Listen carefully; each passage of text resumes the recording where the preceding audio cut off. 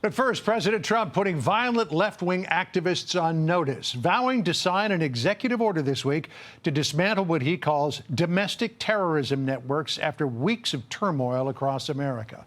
Welcome back as America Reports rolls into a second hour. I'm John Roberts in Washington, and we say a good Thursday afternoon to the lady from Boston. Good to see you, Molly. That's right, in New York City today. Great to be with you, John. I am Molly Line, in for Sandra Smith today. The president's plan expands his administration's push to curb crime, and his message appears to be landing. A majority of big city mayors reportedly view juvenile crime as serious or very serious and are open to having the feds step in to help, but according to Politico, are against National Guard intervention. All right, let's bring in Chad Wolf. He is the executive vice president of the America First Policy Institute and, of course, the former acting DHS secretary. So let's deal with the violence that we've been seeing against ICE first. This is what the president put out on Truth Social. He said, quote, "The continuing violence from radical left terrorists in the aftermath of Charlie Kirk's assassination must be stopped. ICE officers and other brave members of law enforcement are under a grave threat. We have already declared Antifa a terrorist organization, and I will be signing an executive order this week to dismantle these domestic terrorism networks. I am calling on all Democrats to stop this rhetoric against ICE and America's law enforcement right now."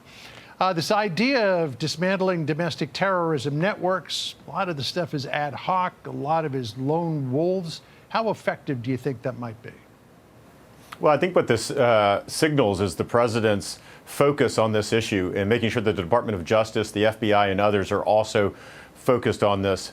You know, he talks extensively about the threats against law enforcement, and we've seen the threats against ICE over the past several months.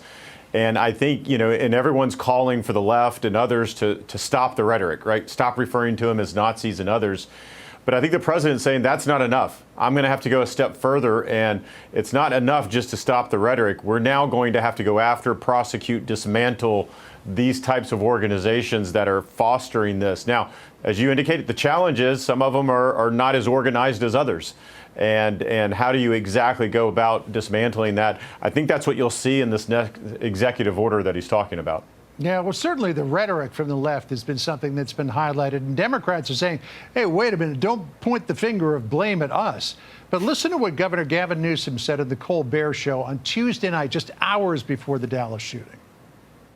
That's happening in the United States of America. Masked men jumping out of unmarked cars, people disappearing, no due process, no oversight, zero accountability. This can't be normalized. None of this can be normalized. So Newsom is saying it's ICE that's the threat. He had also signed that bill in California saying that federal officers cannot hide their identity. He said, what are they afraid of? I mean, a rational person might posit what they're afraid of is exactly what happened in Dallas on Wednesday morning. Yeah. Yeah. I mean, Governor Newsom's totally wrong, exactly wrong on this issue. Everything he said there, it's not only not accurate, they're doing a job. They're doing a law enforcement job, and it's not just ICE that conducts operations in a certain way. You see the FBI, you see state and local law enforcement officers having to roll up onto a scene, jump out of a van, and ascertain or stop individuals from committing a crime. So this is widely used across the law enforcement spectrum. What he doesn't like is ICE. He doesn't like the president and the ICE mission, and so he's going to continue to attack them. And the bill that you mentioned that he signed into law is the No Secret Police Act. What he is referring to is the Nazis, right? And so again, he is equating ICE law enforcement with the Nazis, and that's where you get this rhetoric. So the governor's part of the problem. He's not part of the solution. Yeah, and of course, Tim Walz, governor from Minnesota, referred to ICE as the Gestapo as well. So crime in America more broadly.